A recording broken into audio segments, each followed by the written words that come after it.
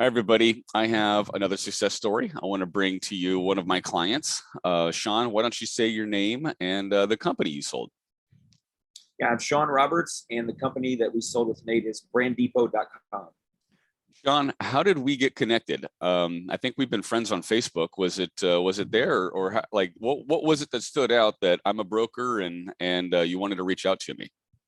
Yeah, I'll never forget. So we met strangely back when the pandemic hit. There was this new app that everybody was talking about called Clubhouse. And I remember getting on there with a friend of mine, myself and a couple others were hosting, I think, a ecom group at the time. And all of a sudden, I hear this guy named Nate start talking about selling businesses and how the process works. And I remember thinking, man, this guy's super knowledgeable. He's saying a lot of things that make a lot of sense to me. I had sold a couple of businesses in the past, but they were sort of weird, non-traditional ways. And I just knew when I had listened to you talk that you were very credible. So that's when I added you on Facebook, and I was like, okay, when I need to sell a business in the future, I'm going to have to talk to Nate. Yeah, I remember you'd sold some businesses yourself, and this isn't your first exit. What was it that you decided to use a broker this time around instead of like kind of going it alone?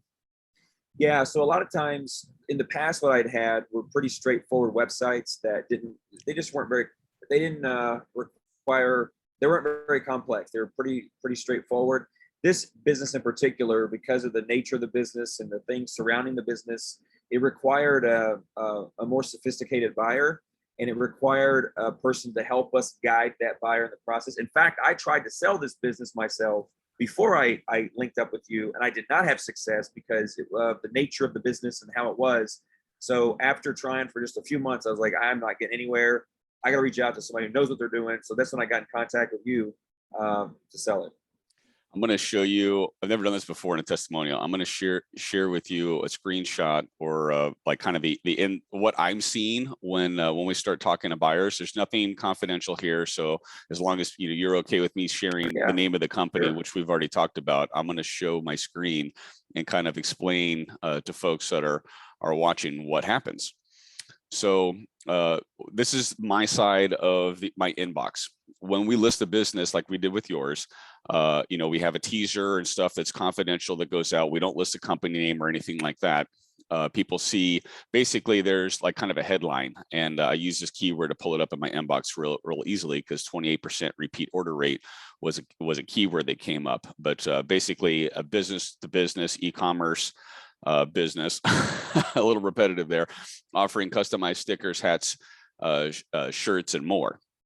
So that's like the headline that we use. And when a buyer is interested, they sign an NDA. Only then do they see the name of the business. And then we share the offering memorandum, the financials, and that sort of stuff. We had 41 buyers reach out, fill out the NDA, take a look at the offer memo, look at the financials, and then start asking for more information. Most people don't believe me how many buyers we have, how active it is.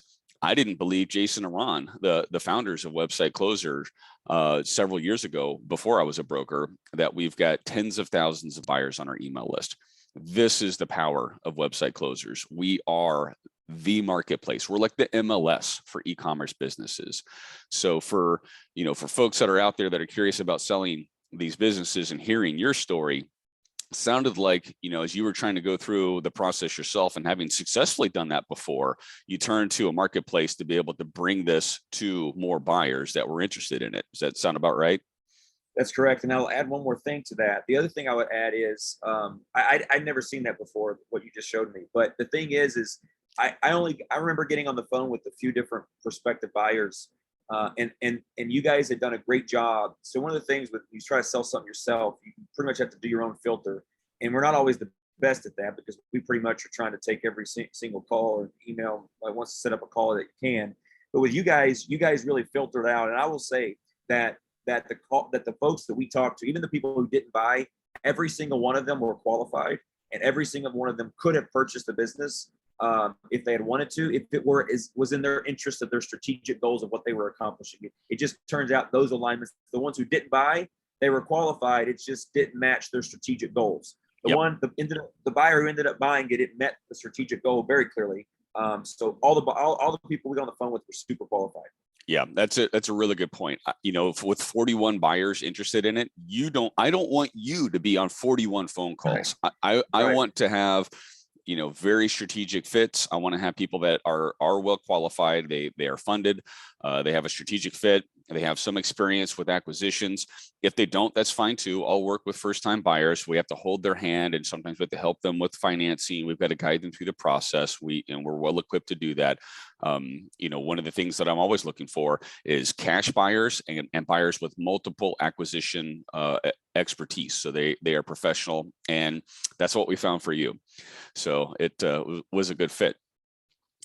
How does it feel to sell this business venture now? Because you've got other projects. Like, is this allowing you to focus your attention and energy on other projects? Like, what was the culmination of wanting to sell this one particular thing, and then what's the result of now that it's gone, now that it's, you know, going to a new buyer? I know you've got some transition requirements here, but what does this allow you to focus on now?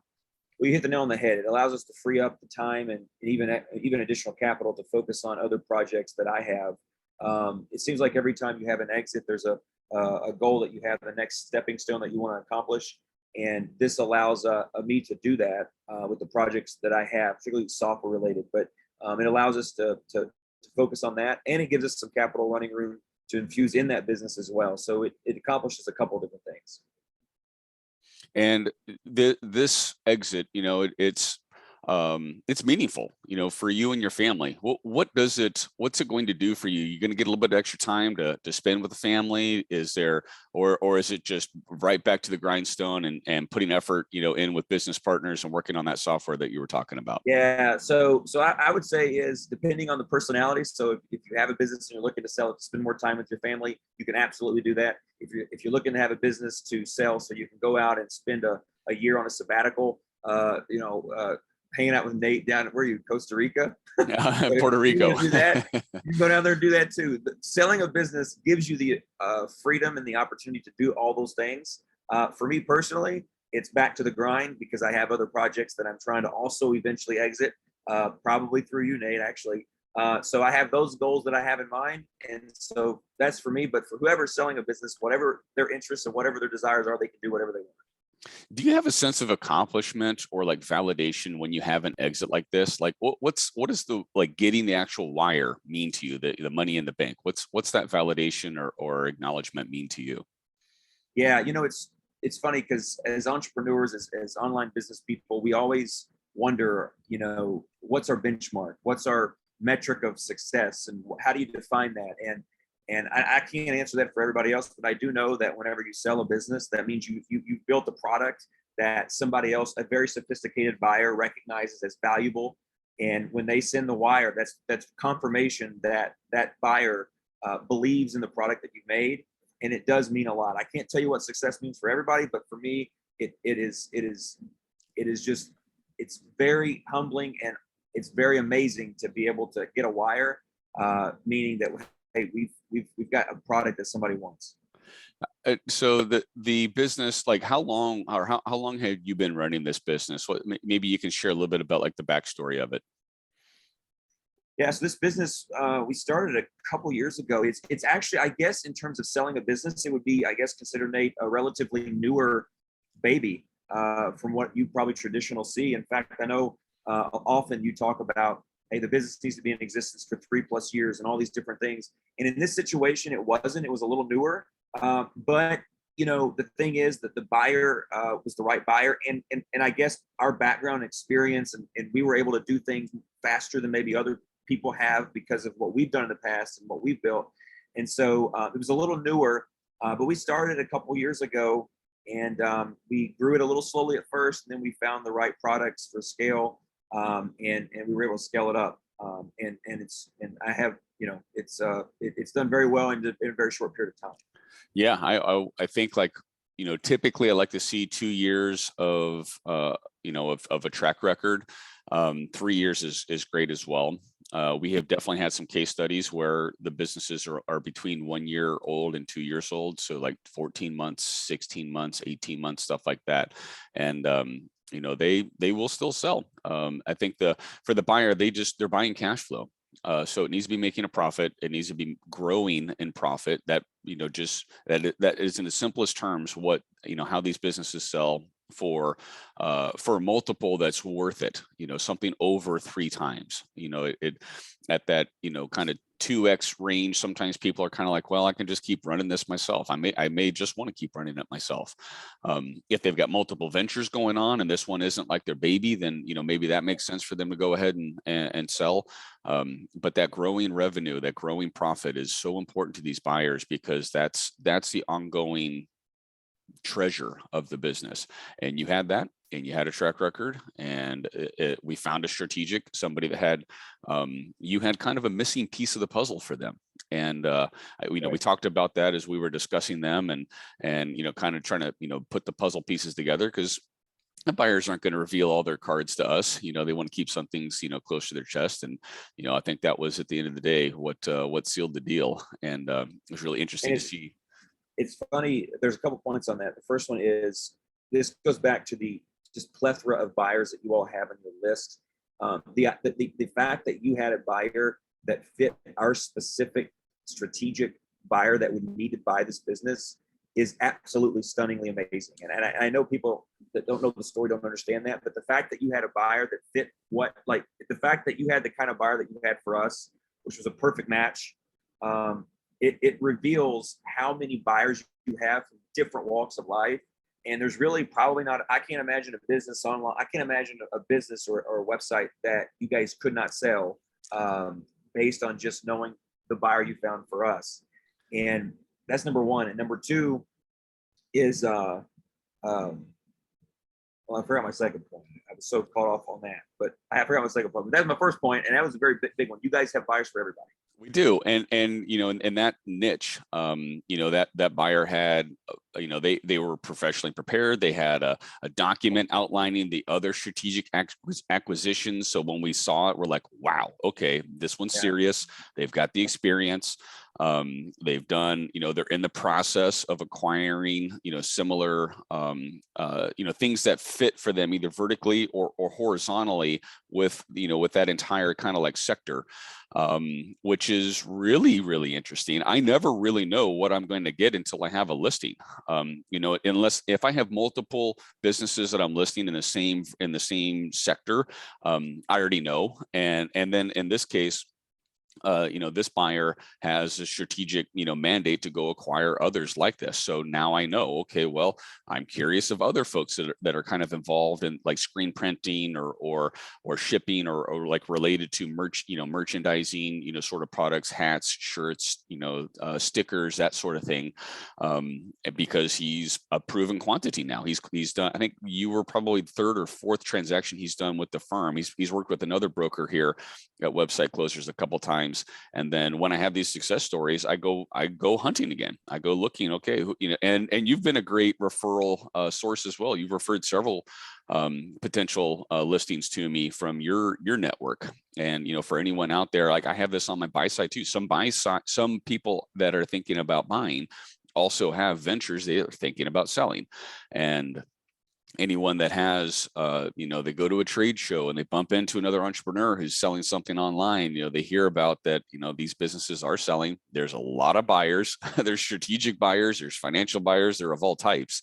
It really is just an email away to get a referral on the commission as well, to get a referral compensation as well. But, for those that are watching that still don't really know, much about mergers and acquisitions and exits and brokering and marketplaces and that kind of stuff, what guidance would you share with them, Sean? Maybe you can share some kudos to us. You've already done a great job, but any parting comments around working with me and Website Closers? I'd be grateful to hear anything you've got to share.